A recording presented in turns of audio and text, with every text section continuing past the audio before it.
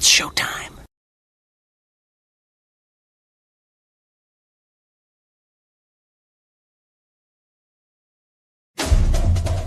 Welcome into the SEC Pub. Welcome in. It's the SEC Pub. I'm Dale. We got Chill Will in the house. What's going on, bro? What's good, player? How you doing? Oh, good. And we got Jake in the house. What's going on, Jake? I'm alive. I'm alive. Right. I'm dead.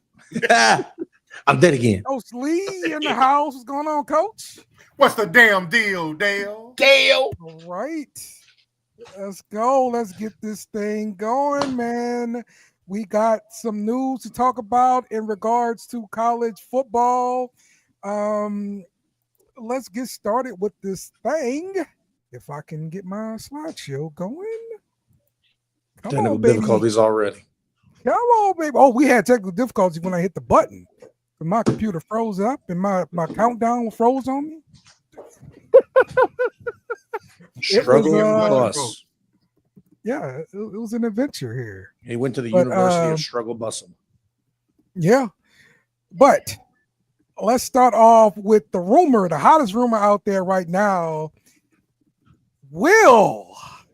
What I mean? They're saying that your coach will be fired as soon as this weekend. Fired. Billy Napier Fired. on the hot seat. Get him Burning. I'm at a point now that, like, I've seen enough out of DJ to know two things. One, he still has immense potential to be a great quarterback. I think he could easily be everything that Cam Ward is and more. Let's not count NFL, not looking good. But in terms of college, he could be Cam Ward. He could even be more than that.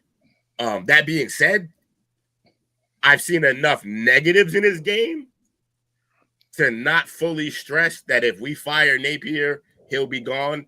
And I think Napier's the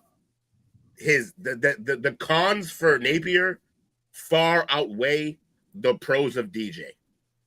It's not close. Napier sucks. And I kept telling y'all this. Y'all didn't, no one here fought me, but the collective fought back saying, well, he's winning this, he's winning that. No, he's not winning anything. We're off to the worst start in Florida Gators football history since the year I was born. I'm 38, y'all. The year I was born, 1986 was the last time the Gators started off this bad. Napier should not finish this season. He might, but he should not. He's a shitty coach, not a good coach, and I'm done. So, there'll be an interim probably. I would really love if we had the beauty of doing it in season is that you can possibly line yourself up for one of the better available coaches, whoever's out there, because you're going early. Right. And not only are you going early, you're going early as a prominent SEC team, which means if we're talking about Power Fives and we're talking about the best of the Power Fives, the best job currently on the market is the Florida Gators job. Now, it's not officially on the market yet, but I promise it will be. Everyone who's a coach who wants to be something, who wants to be a great coach, who already is a good coach and wants to be greater, they're all looking at this job right now if they're smart. But how did you guys land on Napier last time with it being a prominent opening? I think we jumped the gun. Okay. I think we had suffered through poor coaches since what's his name? Who went to Ohio State? Urban Meyer. Since Urban left, we had been like juggling coaches, trying to figure it out. Yes. You went and got the guy like from Colorado State or something like that for a while. Right. And I think once this opportunity was up, we looked at our team and we were like, roster's not terrible. Napier, not awful. I don't think he's an awful coach. I just don't think he's an SEC coach. I think he's a great recruiter. That's it. Huh? I said I Yeah, think he is he's a a good great recruiter. recruiter. That's it. Great is a strong word. He's a good I just said good recruiter. That's what I said. Yeah, Yeah, but good recruiter. I mean, in fact, he got DJ. He got the wide receivers. You got the defensive line. You got. I mean, you got some pieces, bro. Great line, Pete Alla. Great line. I would argue that none of the defense is on him. People come to Florida because our defenses are always good, no matter who we actually have coaching. Our defenses are always pretty solid. So when the defense comes, I'm not going to give him love for that scouting. Maybe a little because he still does something, but it's about the offense. Offensively, yes. Offensively, yes, he brought in DJ. I would argue that the receivers who came, which is basically Dallas Wilson and my other man whose name I forgot, who was killing earlier. I'm spazzing right now. Forgot his name. But Mizell? Now, Mizell's another one who also came for this reason, but not him. It's this is terrible. I love my team, and I can't remember. Anyways, I would argue that they came for DJ, not the coach. And so I don't really know how much our running game is okay. I love Ball. Our line is jealous. okay. Say what? Dale's jealous of the running game. They just need to have to actually want to run, and they'll be fine. Yeah. Because they have. I think they have. If you were putting up both our teams up, I think they have the best back of both of our teams in Durham. But yeah, I just think I'm not a fan. Like it's time for Napier to go. So I'll shorten this by saying bye Napier. It's over. Was it Vernell Brown you were talking about? Oh yes, it was. Are you got any names you're hoping for? Maybe somebody out there. Yeah. Bring Urban Meyer back. Urban. No, Urban's not going. Urban's trying to pitch his guy. Hang on it. Shit. Damn it. Look, I already picked John Gruden. That's my pick. Oh, that's a pipe dream. It is. And I honestly don't think it'll work out, honestly. Oh, if he came, it would work out. I don't think Gruden is into this recruiting. But you can hire guys for that. That's true. And true, also, but, you know, and also, we've seen him rapping, bro. Everybody's seen those clips. The young guys are like him. Yeah, I'm not saying the young guys won't like him. That's not my point at all. It's just this is a grind, 24/7, 365. Yeah, you got to been out of work and he's all the time. But you got to understand, he's also been forced out of work. Yes, I agree. Which means he has an axe to grind. Which means he'll put the work in. It's just a different level of working when you're talking about NFL compared to college. In NFL, there's the off season. You don't have to work. In college, there is no off season. You have to work all the time. That's why you see so many position coaches leaving. That's a misconception there. Do you think NFL coaches just go to Cabo in the off season? No, they're doing. Yes. No, they're doing Yes. plenty of shit. Yes, there were coaches that left LSU's coaching staff, went to NFL. They've come back and they've talked and they've answered those questions. They've pretty much said that. So all right. So explain why a Saban can be so dominant in college, go to the NFL and be shit, and then have to go back to be dominant and get in college. It's clearly easier in college. For Saban, it was more of a control thing, in my opinion. I think that's the problem entirely, though. What do you mean? I think the ones that fail is because of that, because they want total control. Yeah, and it's not the same. Right. But a name's going to be able to recruit. What great names can't recruit? Right, like Deion recruited very well. Brian Kelly, early on. He recruits. They got good players. Yeah, but I think it's dipped. Niggas what? I think it's dipped. He still never managed to make it into like the top 10 of recruiting Prime? classes. Yes. Yeah, because they weren't winning though. I mean, you start where you start at. All right, but that's like all right, college football is. I guess the counter question is: do you think there's any coach in college football history, even, who could go to Colorado and still have a top 10 class? It's still Colorado.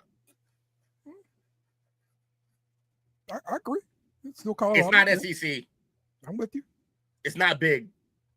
I'm with you. It's rough. Mm-hmm. But yeah, I got what you mean. I get it.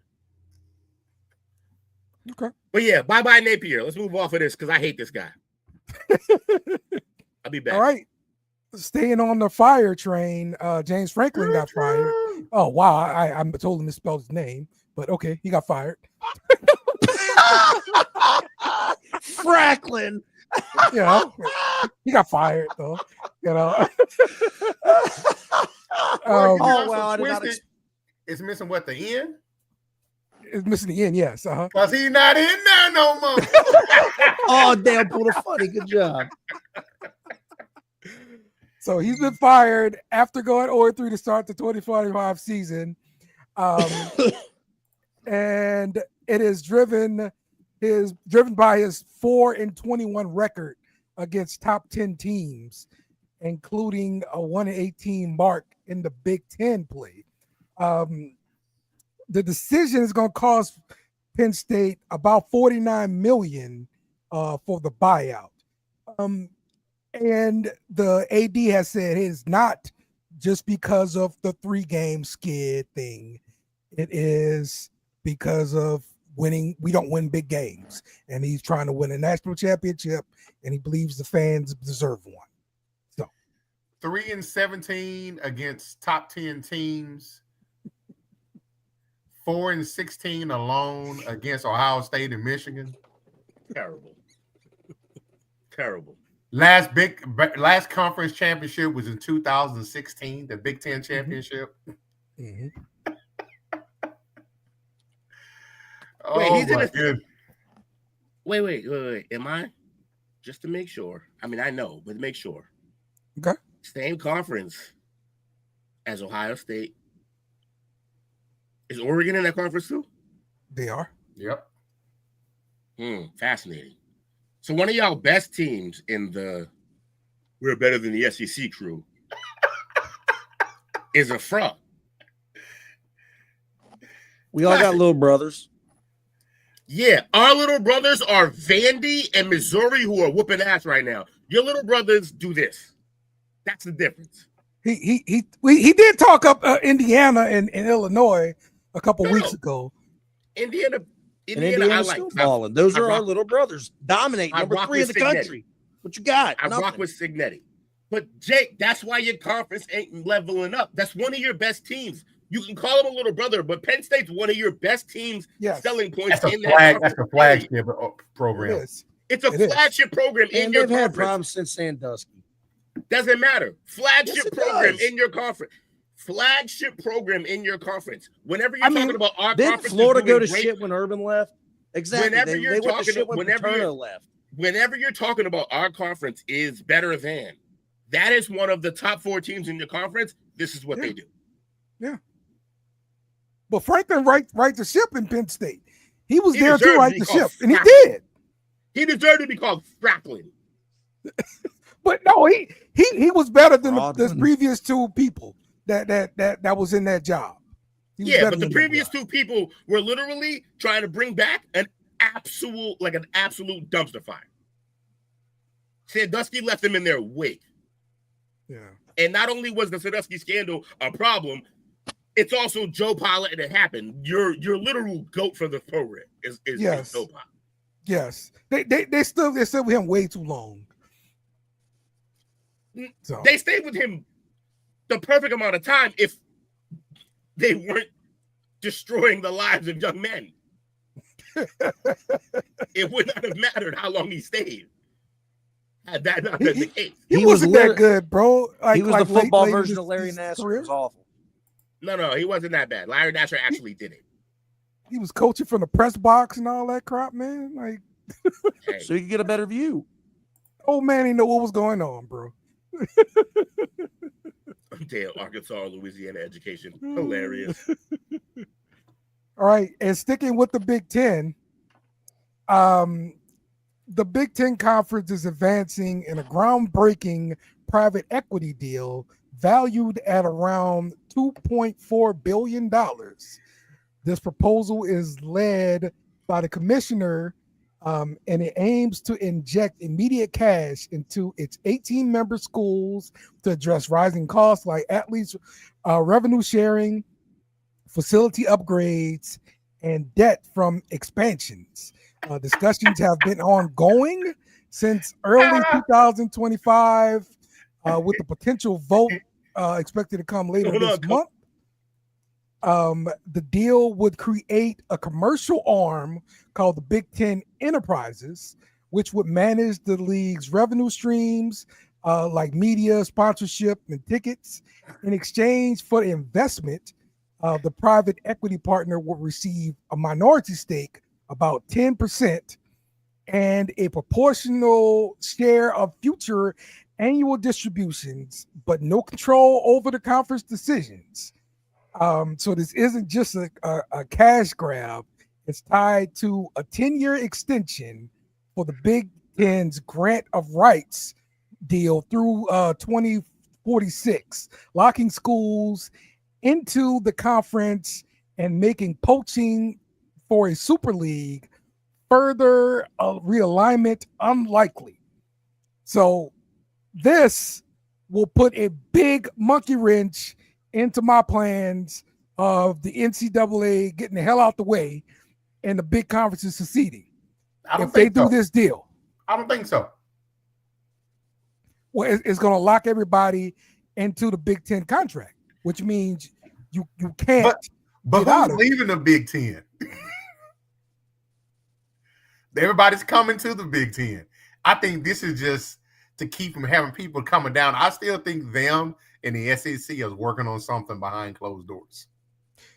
Yeah, well, the ACC and the SEC are they've got an alliance going on where they would actually play each other for those non-conference kind of games. So they have that alliance going on, which was what I thought was one of the starting points to forming the Super League. My thought was they were going to drop like the access weight, like the smaller schools that, just kind of collecting checks in conferences, all merge together and make a big conference. And that's what I thought it was going to end up being. Yes, I think it still can, even to the point of, to me, that's a component of it is them, a precursor to them having a super league. But I'm also looking at it, when I'm listening to you describe this, I'm thinking they're trying to figure out other ways because they've lost too much money with the NIL going directly to the athletes. Mm-hmm. They're trying to find ways to funnel that money back into there and get their claws into that. So I don't think that Super League is out of the question. They're finding a way to make it coexist in the parameters as they are right now. But it's like they're going to take a step out the way and let somebody else manage all their TV deals, all the sponsorships, all that kind of stuff, and they're just going to collect checks. Which sounds great. You don't have to worry about that stuff. But you lose that flexibility of, all right, NCAA, I'm tired of your crap. I'm out. Because right now, the conference has got the leverage when it comes to football. Right. So, but yeah, very, very, very interesting. Also, I guess to kind of talk about the SEC a little bit, they were talking about doing jerseys with marketing on it to create more revenue for the SEC as well. So that's coming. Money. Yeah, Premier League and soccer leagues, their jerseys are littered with advertisements, and they get to pay their guys billions of dollars. It seems like. Yeah, do that. I don't care. I don't know why everybody thinks everybody cares about that. Like, will there be a little bit of annoyance when they first do it? Sure, 100%. But guess what? When no one talks about anymore? No one talks about how the the NBA jerseys have extra logos on them now. No one cares. I was just about to say that if you look at NASCAR, it's scattered all over the card. If you look at baseball players have that patch on the sleeve. Yeah, the car thing's a little different. You're 100% right, Jake. The car thing's a little different because it kind of just looks cool. Like, you get different prints. You can make whole cars look like a Jordan symbol. And they make like, tons of like money that. off of die-cast cars, and all those logos are on those cars. Right. And the fact that you can change them, like, you can change the logos on a jersey, but you still got to place them in the same way, and they still got to be mostly the same color scheme. With a car, you could just, we're just going nuts. Whatever new sponsor we got, slap that shit on. Like, we just put it wherever you want. Yeah. Like, Right. yeah. The UFC fighters used to have them all. The UFC fighters used to have them all over the trunks. All the jorts, the shorts. Yep. Way more fun. The only thing that those hey Dale, honestly, the only thing that those sponsorships look stupid on is a wrestling ring. No, they look good there too. You're just being a purist. You're being the guys that we're talking about with the other sports. It doesn't. No one cares. To the casual fan, doesn't affect the ring at all. At all.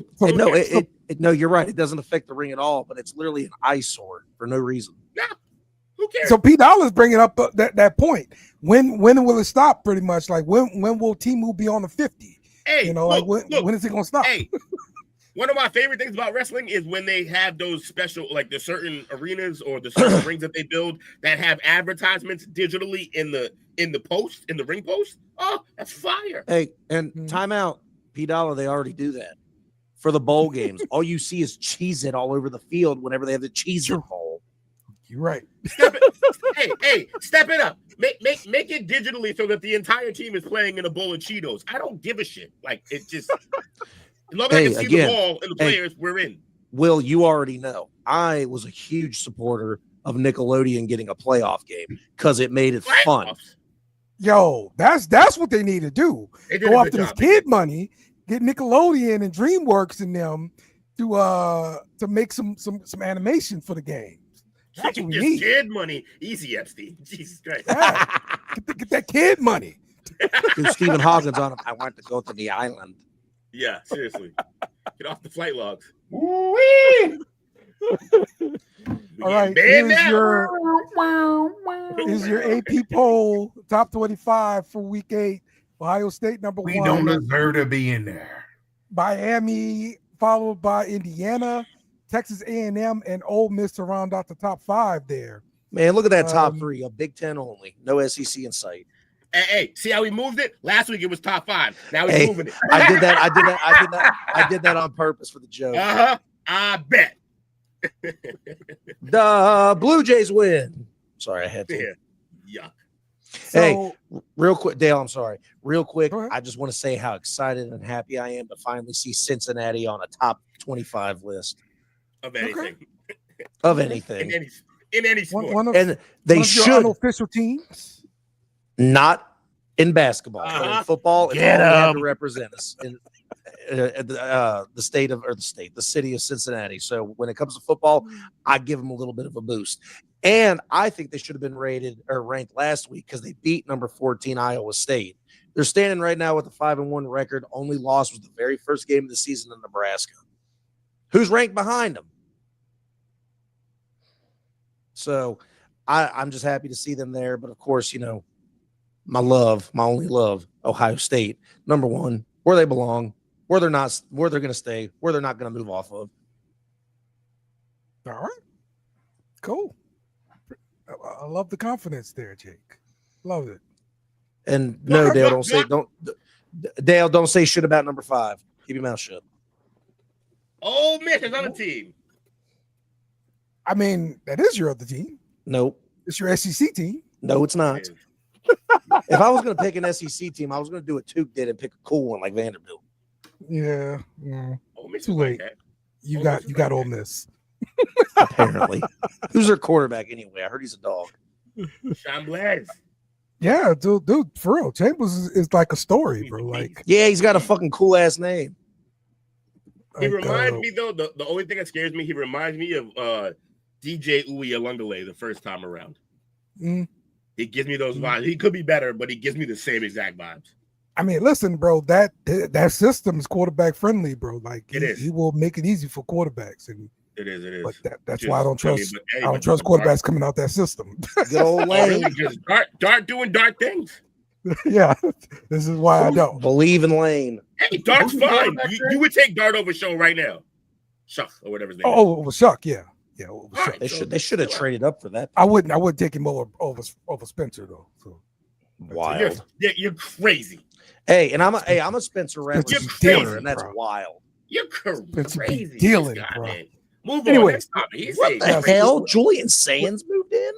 Yes, the Heisman top 5 here odds. Carson Beck, followed by Ty Simpson, Fernando Mendoza, Jeremiah Smith, and Julian Sayin. You got 2 Ohio State guys up here, Jake. Which one you betting on? I think it's corny what they're doing. I ain't doing it. What I'm doing is I'm switching Fernando Mendoza and Carson Beck, and that should be the list. Okay. Gotcha.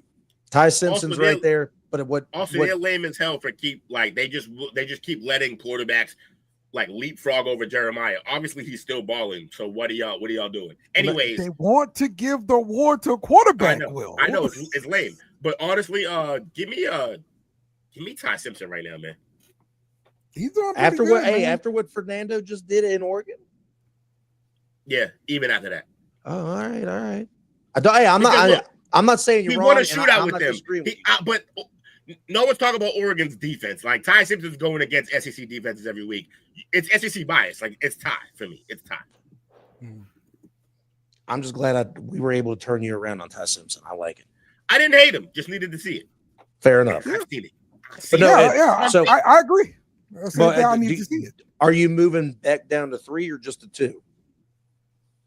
Oh, Beck can go to 3. I don't think they're winning games. I don't think Beck is killing to win these games. I just don't. I haven't seen him wow, this team is different because Beck is there. I don't see that. His best game was against USF. He threw for 340.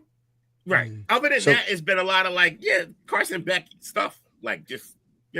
If I'm switching the list, never a Heisman guy in Georgia. He's not here. I'm moving Beck down to 4, Fernando to 1, Ty Simpson stays at 2, and Jeremiah's at 3. So we have the same thing, except I flip Mendoza and Simpson. Correct. Okay. What you think, Coach? Hey, man, I can't really. No, not really. I'm a little bit partial towards Beck. I didn't think. I thought he was carried for the most part in Georgia, his time that was there, but he's gone over to another program and he's contributing there. Who the team is number 2 in the nation right now? Yes, correct. Mm-hmm. And he's and even though the wins, he beat Notre Dame when they were number 6. I digress. Since Florida when they were 18 and Florida State when they were 18. So he's beaten some top programs so far. I think he beat the top were they good programs though? But he did beat them. Yeah, he did beat them though. He beat them, and they were good when he beat them.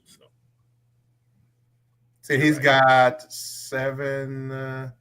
13 touchdowns to 3 picks. Okay,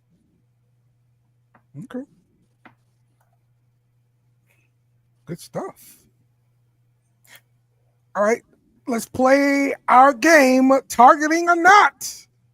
I love it. This first one comes from Alabama versus Missouri.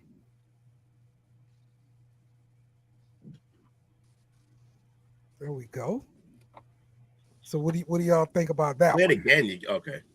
Is there another angle? No. This is not the review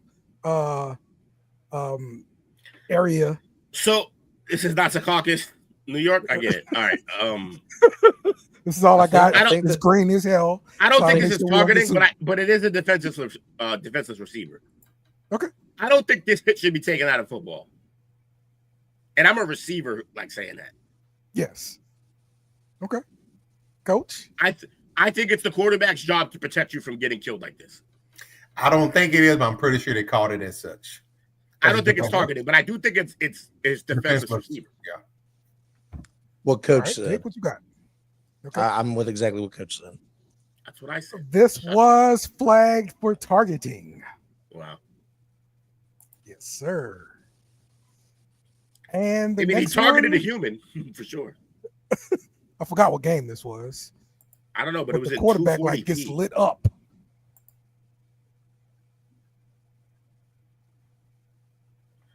That's not targeting. He got buried.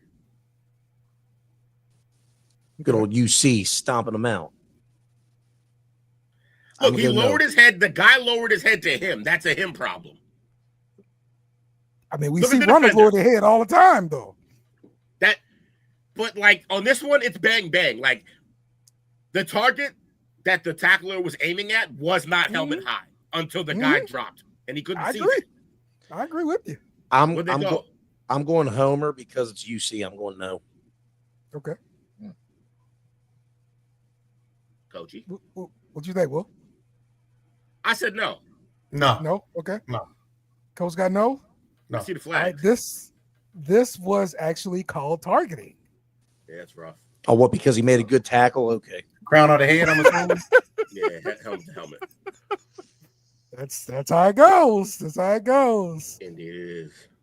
All right.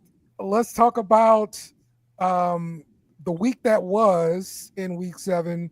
Highlight a couple games here. Look, Indiana pulled out the upset over Oregon 30-20, marking the first time since 1967 they got a win over a top 5 AP opponent. Who did this? Indiana over Oregon. Yeah, Signetti was gonna slowly head himself into can they win the big games convo, and he kind of put that to bed with this game. Yes. Shout out to Sig. Agreed. Big Sig fan. Mendoza's balling. I'm upset that my surrogate new favorite player, the Korean, didn't get a win here, but he can't throw himself the ball. He might be able to. It's like a 5-star plus. You know what? You're right. Why would I limit that man? You're correct. Well, Moore is throwing to Moore, though. So, I mean, technically. Yeah, exactly. It's not the right Moore throwing to the best Moore. Penn State suffered another loss to Northwestern, though. And honestly, I think that's what really got him. That's what our little brothers do, Will. Like Northwestern, bro. You can't lose to Northwestern. Eating ourselves alive, like the SEC apparently does. Yeah. Yeah, it's a little different. So, but yeah, like Northwestern, they're like the Vandy, right? Of the Big Ten. Am I right? I'd give that to Rutgers, but that Northwestern's been known to put a few upsets on people. Yeah, Northwestern had some upsets. They also send like plenty of pretty good players to the league. Some really good linemen. Yeah. Okay.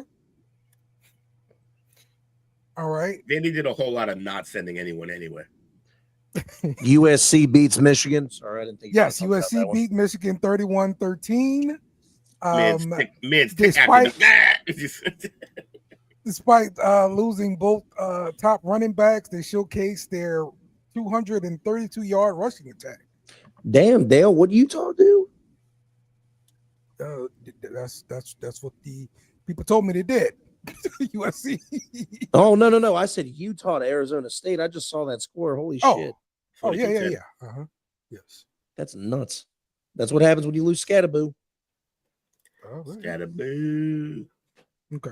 So, if there are any more games on here that y'all want to kind of bring up or mention here? Nah, it was a weird week. How'd your Raging Cajuns do? I don't know what the Raging Cajuns. You just passed them, but they're the next team above. Oh, they lost. Oh, yeah. Okay, there you go. I just like the name Raging Cajuns. I think it's fun. Yeah, it's a fun name. Only thing fun about that team. Well, let's start off with our teams.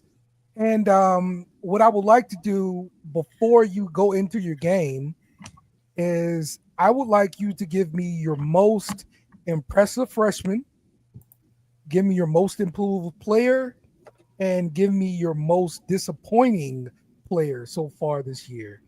These are And we are homework coming questions. to you first, Jake, because your game is up first. So, Oh, my game's up first. Okay, well, yes. I want to start off Time with out. most. Okay. All of those are for your team or the league in general? Yes, for your team. Say less.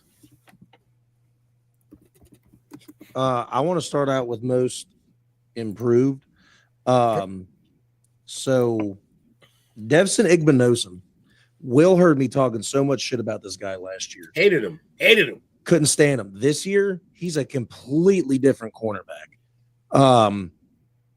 We're 7 weeks in. This is week 8, I believe.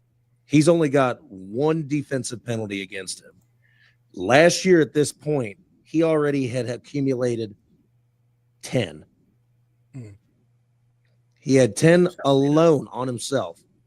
It was terrible. And this year, he's locked down. He's keeping up with defenders. He's doing everything you want a primetime cornerback to do. Couldn't be more impressed with the kid. I'm glad he's completely turned it around. Most improved easy. Most impressive freshman, Bo Jackson. He took the starting spot straight from Peoples. Donaldson still has a big part in the game when it comes to goal line. But Bo Jackson's come out of nowhere, and he's running the ball like crazy. And biggest disappointment, Brandon Ennis. He was supposed to be our wide receiver 3 whenever Tate and Jeremiah is not getting the ball. Ennis is supposed to be doing majority of the work. He's supposed to be doing good on punt returns, this, that, and the other thing, and he's been absolutely non-existent this year. So I'm pretty disappointed in that because I was expecting a lot more from him. Other than that, I like it, Jake. I did my homework. As soon as you said that, I started doing some research. Good stuff, Jake. Appreciate that.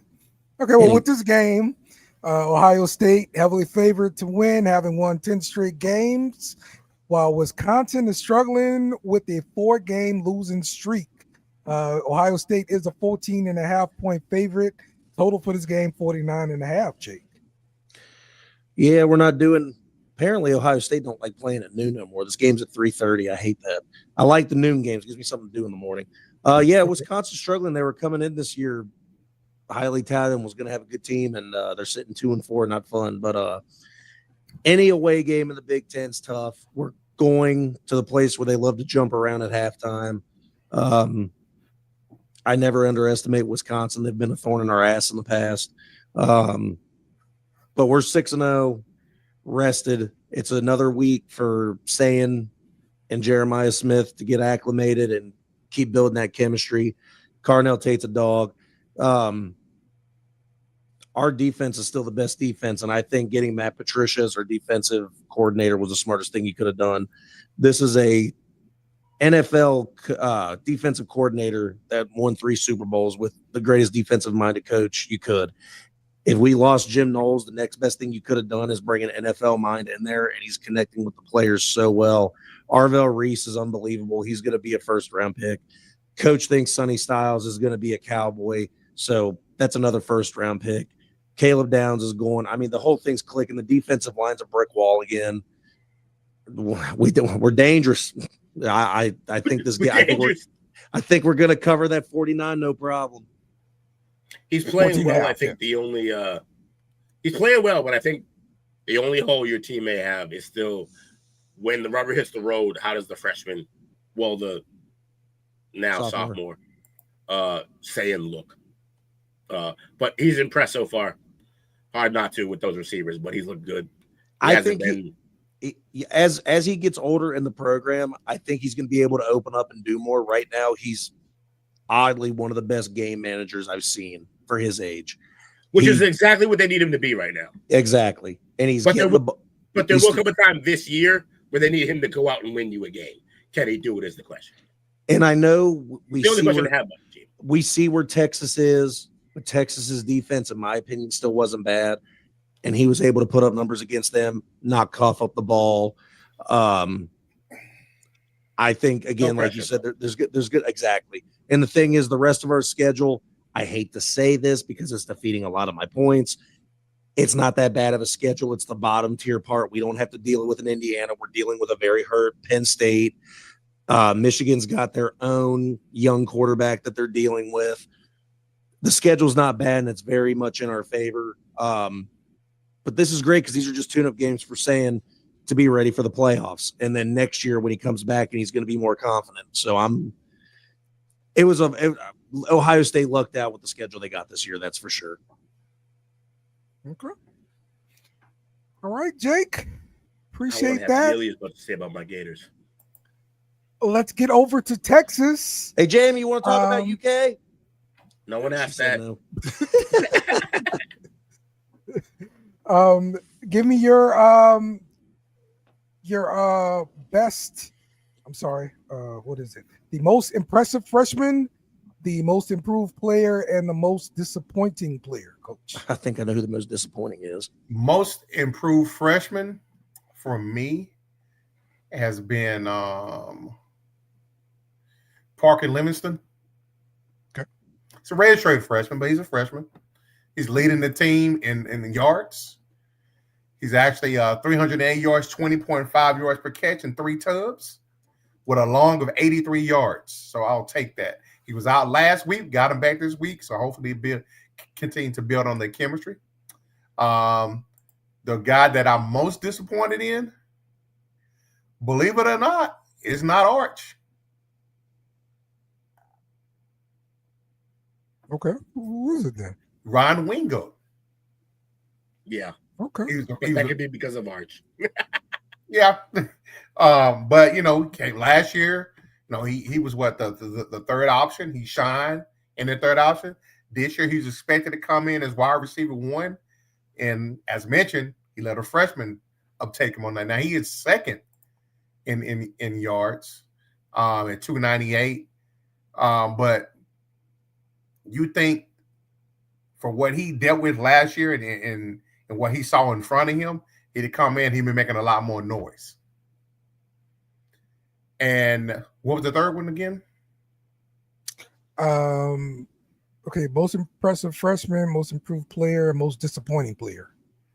Most improved player, I will probably have to say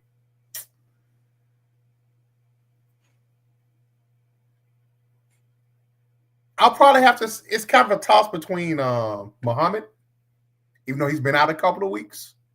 But you can tell when he's not in there, that secondary is really exposed. Taffy's still back there, but with Muhammad not being in there to help solidify that, yeah, I'll probably say he's my most improved. So most improved, Muhammad, disappointing, Wingo, freshman sensation, Livingston. All right. Cool. All right.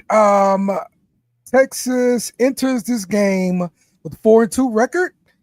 They're looking to build on the recent victory over Oklahoma, while Kentucky is at 2-3, aiming to turn around their struggling season after a bye. Coach, you guys are a 12.5-point favorite. Texas is 42.5 is the total. What do you expect to see, Coach? I expect them to cover. I probably would take the under.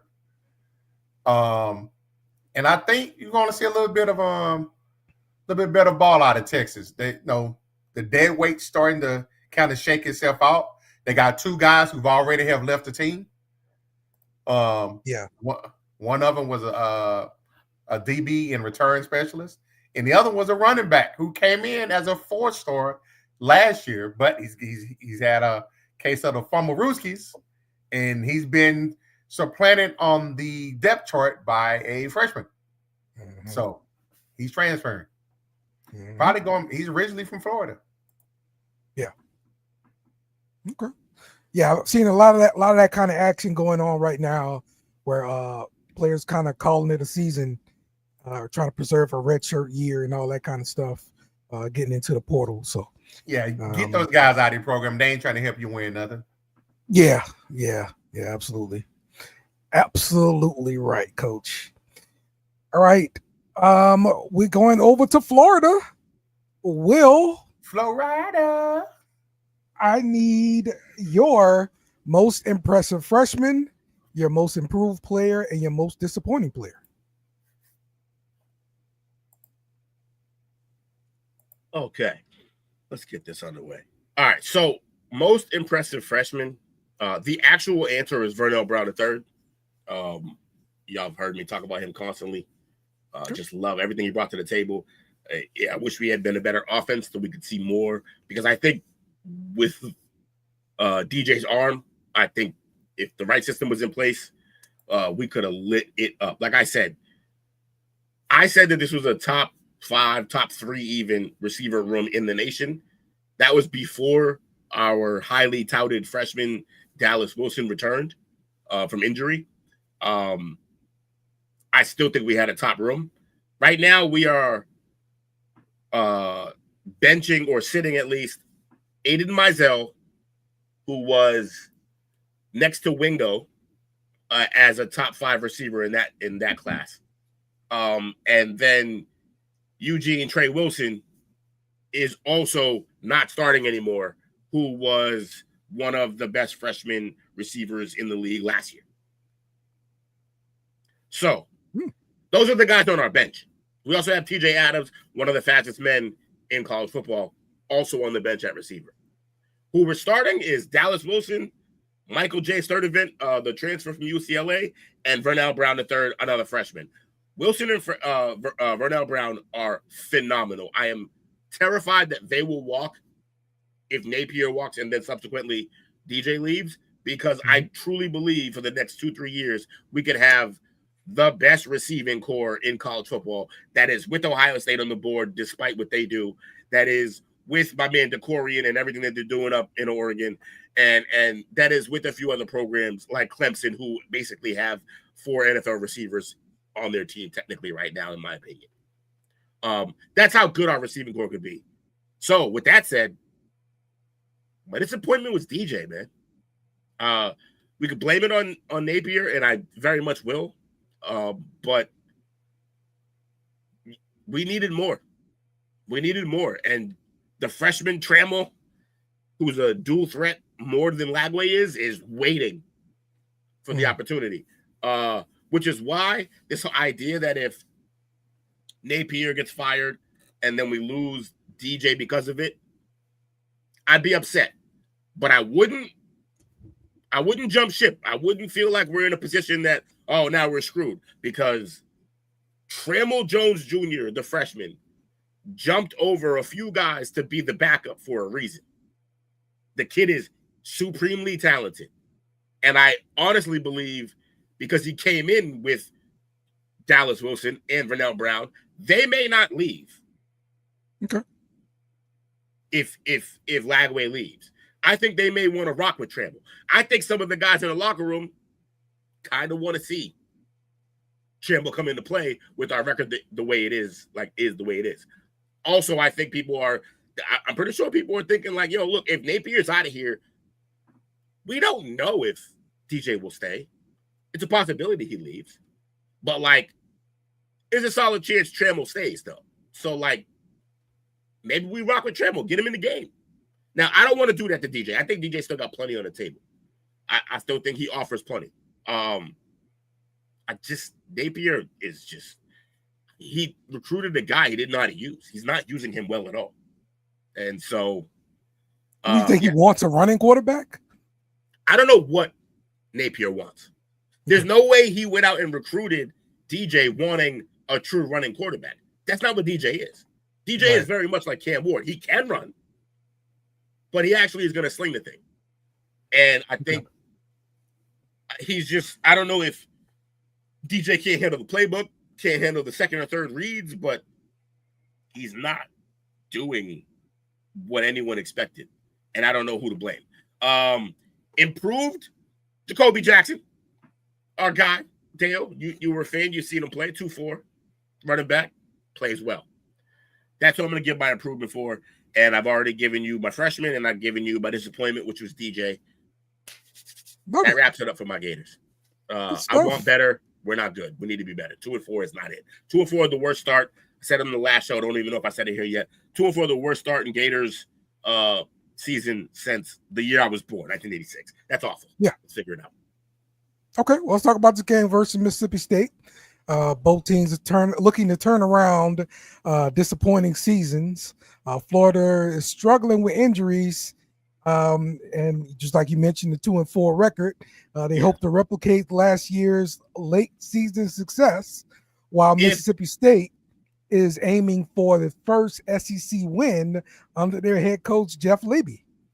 If they care about being Gators, if they care about their coach, if they care about their quarterback, and if they care about just putting film, like putting good vibes on film for your either upcoming transfer probably or trip to the NFL, this is a game right here that scouts will watch and be like, this game means nothing in terms of SEC standings, records, none of that.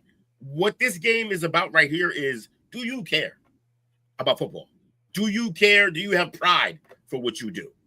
This is a perfect game to show anybody watching that despite us going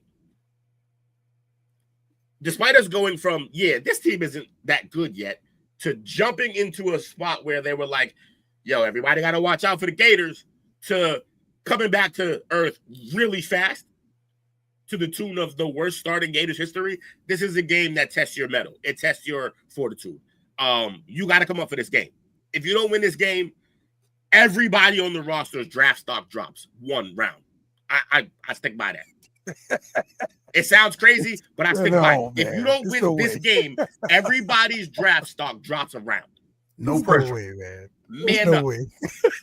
Man up. Show me something. Coach Will said we ain't got time for it. None of that. Man up.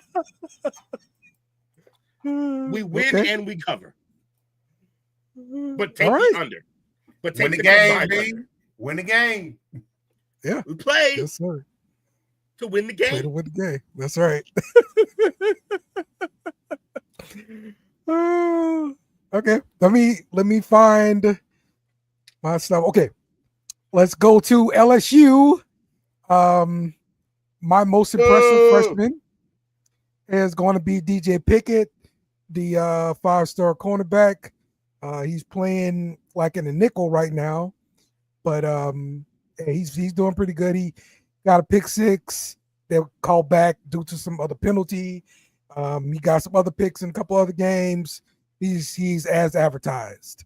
Most improved player, I'm going to give that to Trey'Daz Green, our mismatch of a tight end, and he is probably our best receiver this year. Easily. Definitely a mismatch in the red zone, and one person they look to just about every red zone trip. They're going to throw a jump ball to Trey'Daz Green. Your boy Nuss is just like, he's down there somewhere. Like he's just... Yeah. And, of course, my most disappointing player is going to be Nussmeier, coming off of a 4,000-yard season. I thought for sure with their defense to complement the offense, we would look totally different than we do, but the offense sucks. And, can't nobody escape it, So that's my answers to the questions. Now let's look at this game versus Vanderbilt. Both teams have a record of 5-1, with Vanderbilt boasting a strong offense that averages over 43 points per game. This is scary. While LSU has shown defensive strength, we also face challenges on offense. And I just saw that on the injury report. Our starting defensive tackle, Bernard Gooden, is doubtful.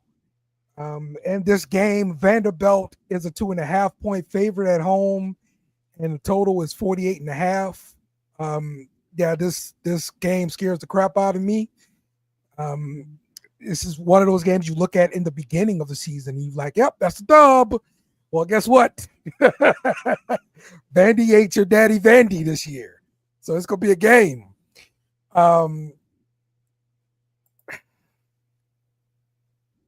I'm just really concerned about the offense. The good part is last week the offense did put together something better on the running game. I saw Brian Kelly with his play call sheet. He's dipping his toe in this thing. He gonna mess with it, but he is the most experienced play caller on the team. We got a bunch of young guys in play calling positions. So I kind of welcome this because we need help in the running game. We've got to run the ball better. We still got a right tackle that absolutely sucks, and Brian Kelly's sticking with him. Maybe he's right, but that dude suck. He is like rated 30s in PFF, like the lowest graded pass blocker, lowest rated run blocker, that right tackle, and he's committed to starting him. Brian Kelly says we're just gonna have to deal with some of the pain of his growth.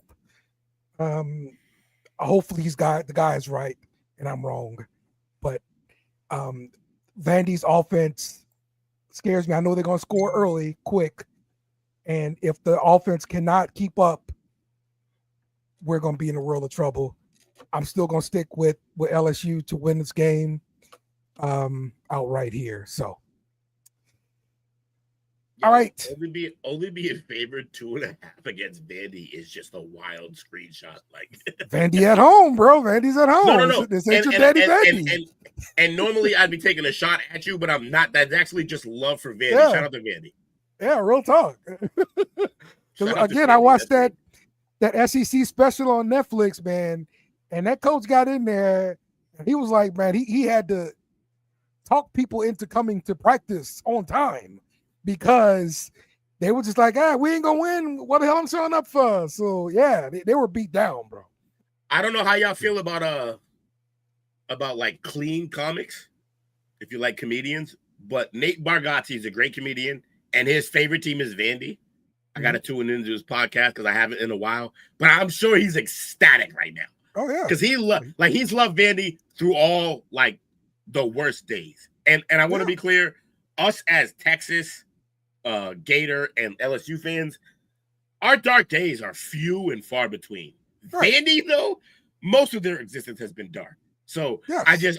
I'm pointing out a good comedian who also loves that team. Give him a check out if you want to. He's funny. He's clean. Your kids can listen to him, and also he loves Vandy for some reason. All right, look at this pick'em standings before we get into picking some games here. I'm 10. Let's see. You were 10, yeah, of course. I'm 9. Jake is at 7. Are you number 5, Coach? I'm sorry, you number 6. I'm sorry, Coach Lee. 6. Coach Cookin. Is Coach the best on the pod? No, is Coach the best on the pod though? Yeah. Yes. Okay, Coach. You know what Coach doing? Coach just going through every game looking for Duncanville players, and that's how he picks. Yes, he is. They got a Duncanville guy, they're gonna win. That's why he's at 6. Probably 9 times out of 10 they give my vote. Hey. It's funny, but also I know the brother. I know what he's doing. Yeah. All right. Let's pick some games. Number 5, Ole Miss is at number 9, Georgia. Georgia's a 7.5 point favorite here. Will, who you got? You said Georgia at who? Wait. Sorry. It's Ole Miss at Georgia. Ooh. This is a tough one. Let me find it. So Georgia's favored. They're giving 7 to Georgia, huh? Yeah, yes. Georgia's a 7. So 7.5. About a week or two ago, I picked Georgia over Bama because of quarterback. I got proven wrong by Jake for the exact reason that I chose was quarterback, because Simpson was better in every way in that game. I didn't trust Simpson yet. He had the bad loss early. Should have gave him a little bit of benefit of the doubt because it's early and new quarterback and everything. But now Simpson's on the Heisman watch, which I was saying he should be on the Heisman watch before he even got there because he's cooking. That being said, for the same exact reason, But this time, I'm not taking bum-ass Gunnar Stockton. Way to go. I'm taking Chambliss, who has been on a rise, on a tear. Yeah. Give me Ole Miss. Sorry for the windedness, but it needed backstory. Give me Ole Miss. I had to jake it up. Jake, you got Ole Miss, right? And I'm doing the By the will. way- Ole Miss. By the way, Super Jake, I just went Super Jake because I not only did I pick an Ole Miss guy, I gave a whole backstory. Yeah. Jake. And you straight up pick, and you picked Ole Miss. That was the first point. Oh, it. sorry. I'm getting tired. Coach. Ole Miss. Wow. Everybody's on Ole Miss. Ole Miss defense is horrible.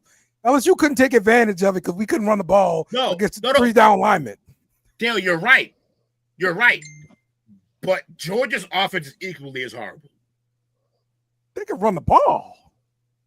Look, can you name the running back though? No. all I know is Georgia sets pro style offense and they run the football. I know that. That's why I'm picking Georgia. The league we're in, defense is at a premium, but Their leading rusher is 315 yards rushing. Okay. All right. Give me Georgia. Chauncey Bowens. Rough. Chauncey. Chauncey is a great name. Not only is it a great name, it's a great name in Black history. Just Chauncey. Yeah. It's a good. Number 11, Tennessee at number 6, Alabama. Alabama is a 7.5 point favorite. Will, what you got here? You're going to see a trend now. One of the number one Will traits is if I'm wrong about a guy, I then love the guy. Okay. Ty Simpson. Ty Simpson. Bama. Feel you. Jake? Ty Simpson. Coach. Jake was on us before. Jake was on us before all of us. Shout out to Jake. Bama. Alabama. All right, we're going clean sweep for Alabama there. Everybody drink up. Oh wait, wrong show. Sorry. The last one I've got, number 20, USC at number 13, Notre Dame. The Golden Domers are a 9.5 point favorite. Oh, one of the oldest rivalries. Give me USC. Give me SC. So 2 of y'all pick SC already? Dale, pick for me. He I'm hates going both Notre of them. Dame. Yeah, I'm gonna split the crew. I'm gonna go. Threw up in my mouth. Notre Dame. All right, we'll leave it to the chat to decide. Oh wait, that's the chop up. My bad. Also, wrong show. We're doing great. We're doing great here. All right, cool. All right, well, look, that's the end of our pick 'em there, man. And you guys make sure you get your picks in. Hold on. So you can what? Did we do an actual pick? You just talked about LSU. Did we do an actual pick for that game? It's an SEC game. Okay, sure. Well, we can pick that game if you want to. We should. All right. I don't. Let me see. Let me see. Go back. Let me go back. I'm sorry to derail, but that's an important game that you just like. I'm fine with picking my game. But that's what makes it weird that you glossed over your team versus a great SEC team run right now. Okay. It's almost like you didn't want to put this under the spotlight because you're scared. Vanderbilt is a 2.5 point favorite. The total for the game is 48. I love that he powered through it. It made the playing pick better at than he Vandy? powered through it. At Vandy? Who you got, Will? He's like, I'm not gonna respond to this criminal, this terrorist. I'm not gonna respond. You know what? For the fun of the show, LSU. You picked LSU, right? Yeah. For the fun of the show, give me Vandy. Okay. Dale, is this a home or away game for LSU? They're playing at Away Vandy. game. At Vandy. Oh, I got Vandy. 11 o'clock in the morning, too. Sucks. In the He big hates house. early I don't games. even know what they're called that. I'm just calling it the big house. What is Vandy's place called? No one knows The big because they're house. never good. What is Vandy's place called? It's not the big house. The Anchor Anybody House. want to Google? I know the Google look. I know the Google look when Coach is on Google Watch. Coach doing the work for the pod.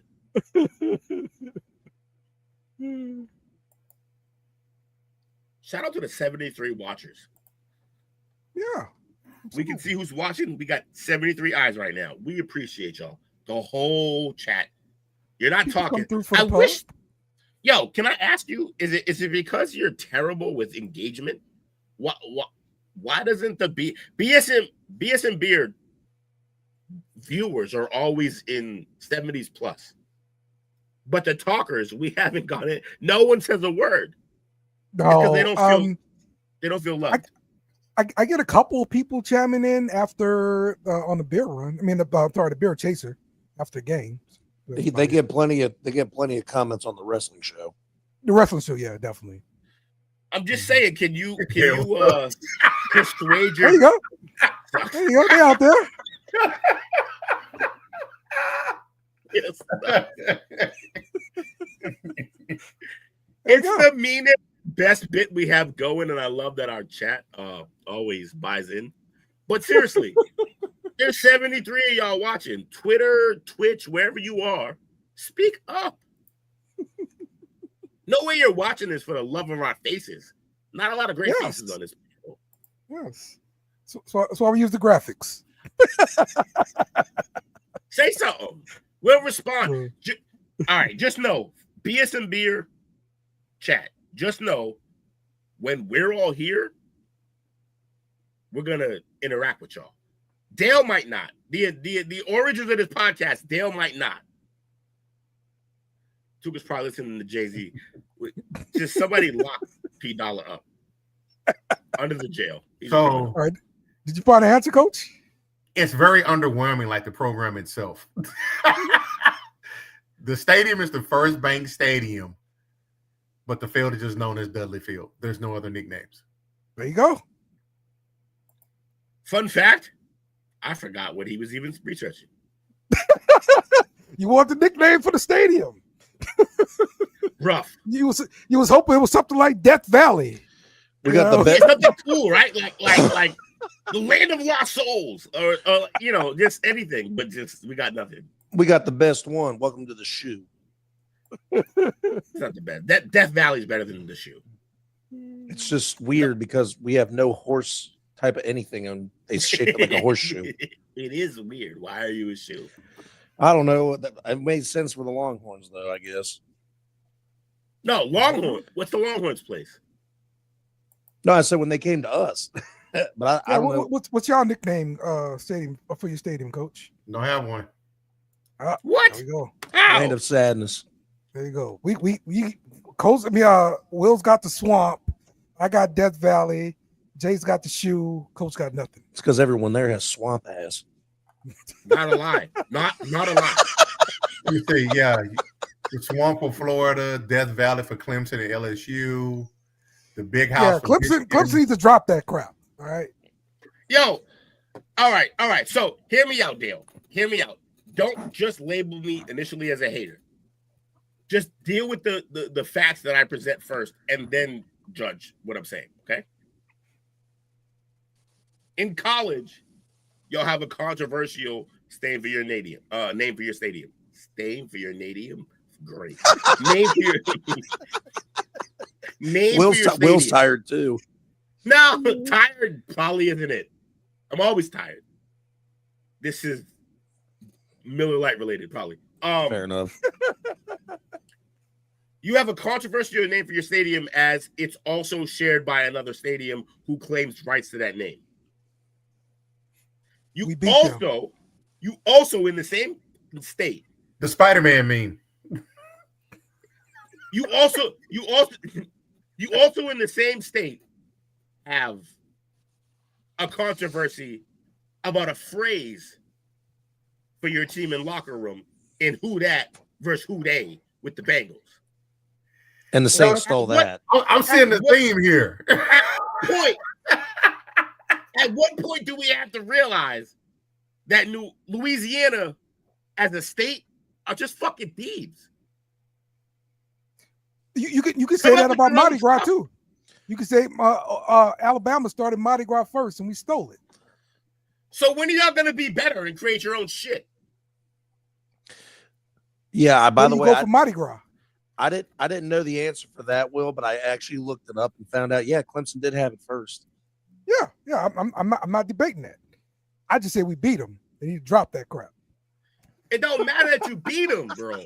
They had the name. Like there's nothing like that. That's like going to a mountain. Like I climbed this mountain. I am now named Rushmore. This mountain can't be named Rushmore. Like what are you talking about? Like you climb that mountain, you call it what you want.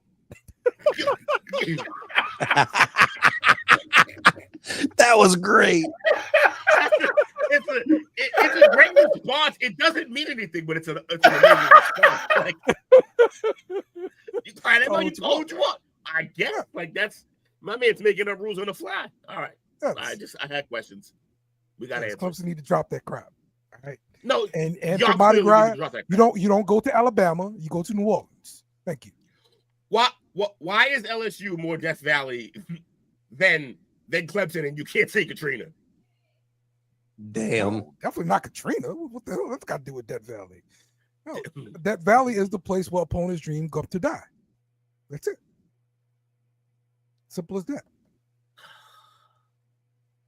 Y'all just making stuff up as y'all go. Like Death Valley is because it's built. It's the loudest place. Okay. That's why it's Death Valley. They have an actual claim to fame. Your claim is we wear white jerseys, we're gonna kick your ass. What? No. The whiteout. No, we don't do the whiteout. What do you mean? You said Penn State. So you're not even fun. Imagine that. I say Penn State. I say Penn State. We love. What are we doing, man? Right way. Yeah, that would underperforming proven coach. Yeah. Hilarious. Okay.